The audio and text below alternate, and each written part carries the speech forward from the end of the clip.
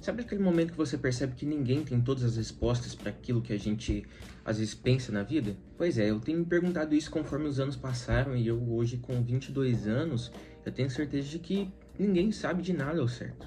Mas é diferente isso porque quando eu tinha, sei lá, 17 anos, 15 anos, eu achava que eu já sabia de muita coisa. Eu tomava conta das minhas próprias experiências, sabe? Não costumava muito consultar outras pessoas sobre aquilo que eu vivia ou fazia ou tinha vontade de fazer. Mas a verdade é que eu fiz muita merda que poderia ter sido evitada. Eu nasci num lar cristão com pais conservadores, e isso com certeza para mim foi muito positivo. Mas talvez meus pais na época tenham pecado um pouco nessa questão de segurar um pouco assim, sabe? Mas enfim, aquilo que já passou não tem como ser mudado. Mas o que eu tô querendo dizer é que a gente nessa idade tem algumas questões, algumas dificuldades que às vezes a gente acaba percebendo só depois que a gente já passou. Por exemplo, eu morei durante mais de 10 anos no sítio, e por conta disso eu demorei para desenvolver a minha questão de fala, por exemplo. Quando eu chegava na escola tinha mais dificuldade em fazer amizades, eu tinha mais dificuldade em perguntar as coisas para os professores que eu tinha dúvida assim na hora da explicação das matérias, por exemplo. E isso com certeza poderia ter sido evitado, talvez, se eu tivesse morado na cidade. Hoje, olhando para trás, eu reconheço que isso era uma coisa que eu poderia ter me esforçado um pouco mais para melhorar, para me desenvolver, mas na época eu era uma criança imatura ainda, não sabia da importância que a comunicação tinha na nossa vida. E hoje eu olho para quem tem a oportunidade, porque hoje é muito mais falado sobre o tema, muito mais abordado sobre o assunto, e eu acredito que as escolas, no geral, deveriam investir muito mais em ensinar os adolescentes, as crianças a se comunicarem, a se expressarem melhor, porque foi exatamente isso que mudou a minha questão profissional. Então hoje, o lugar que eu estou inserido, no meio que eu estou inserido, foi por conta da comunicação. A comunicação me colocou no lugar que eu trabalho hoje. Sabe, eu não sei se vocês já passaram por alguma coisa traumatizadora, assim, não sei se existe essa palavra. Eu me lembro lá pelo 8º ou 9º ano, que, enfim, deve ter sido aos seus 7, 8 anos, 5 anos, 7, 8 anos atrás. Que naquela época a questão do bullying era muito mais normalizada, né? Então as pessoas tinham muito mais liberdade para fazer algum tipo de brincadeira, zoação na escola, que hoje, por exemplo, já não tem mais. O meu apelido era microfone. Por quê? Você entendeu? Mas o que eu tô querendo dizer com isso? Eu, por ser uma pessoa muito introspectiva, muito mais quieta do que eu sou naquela época, eu acabei me tornando mais introspectivo ainda por conta da questão do bullying. Mas eu aprendi a questão de me defender, entendeu? De argumentar, de falar. Ou seja, a situação que eu tava pode não parecer o melhor exemplo possível que você tá vendo, que você tá assistindo aqui, que você está tendo, mas foi uma das coisas que me fez desenvolver, foi o bullying.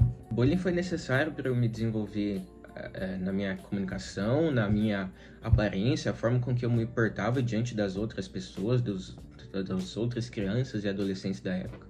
E você pode perceber que, por exemplo, eu tenho a língua presa. Essa foi uma outra dificuldade que eu tive quando eu era adolescente. Por exemplo, eu comecei a trabalhar com 12 anos. Com 12, 13 anos. Nessa época, eu saía para vender o salgado na rua, que eu e minha mãe fazia salgado de manhãzinha, eu pegava o meu carrinho de mão, que eu mandei fazer, adaptado e tal, eu saía para vender salgado na rua.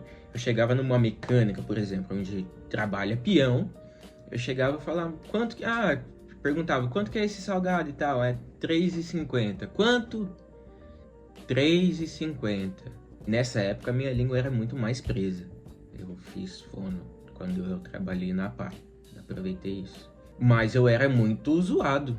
Mas eu aprendi a dar cara a tapa e dar risada da situação, contornar a situação e a me defender também com zoação, sabe, com algumas artimanhas ali na hora da gente estar conversando, trocando aquela ideia. E isso foi muito benéfico para mim.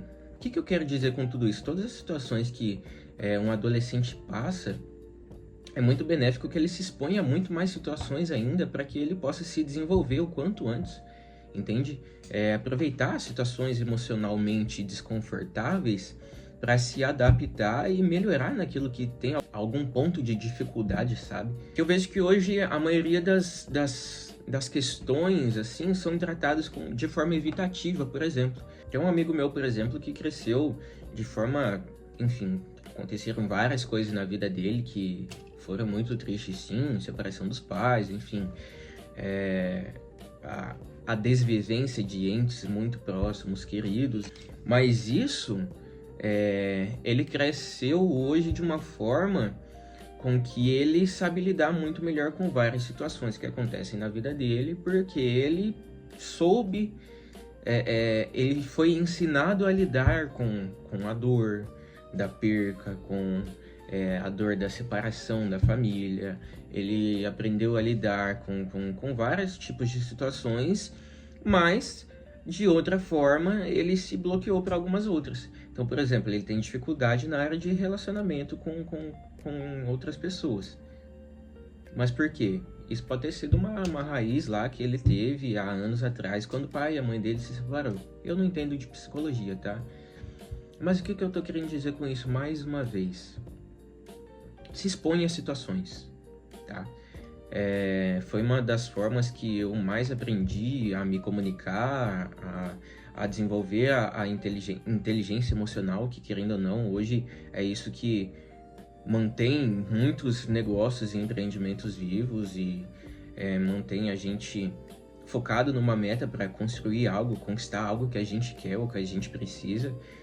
Então, se expõe a situações por isso, para você chegar no seu objetivo, estar mais forte psicologicamente, se comunicar melhor com as pessoas e, consequentemente, ter uma vida profissional, não só uma vida profissional, mas uma vida pessoal muito, muito melhor desenvolvida, sabe? Com as suas questões pessoais mais firmadas. Enfim, era isso que eu queria deixar para vocês aqui hoje. Isso não é um monólogo, então eu peço que você deixe sua opinião aqui embaixo.